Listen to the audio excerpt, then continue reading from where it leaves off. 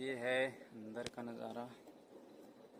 हा हाजरा फॉलचा दुसराच भाग आहे ना, तो पाणी पडते तो अलग आहे ना, हा अलग आहे। हा पाण्यानं पुरा एवढा मोठा हे झाला असं लागते मला। असं काही फोडला तो नाही असतील डोजर वगैरे ना।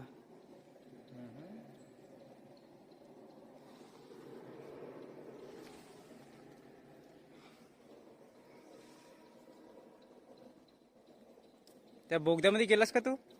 तो ट्रेनच्या टनलमध्ये गेलो होतो एक वेळेस। आता नाही जाऊ देत, बंद करून दिला त्याला, बंद करून दिला। हम आए हैं यहाँ से ऊपर से, हादसे झाले म्हणतात एक दोन त्याची। आप आ जाना और मेरे वीडियोस को देखते जाओ और शेयर करो और सब्सक्राइब तो प्लीज़ ज़रूर करो।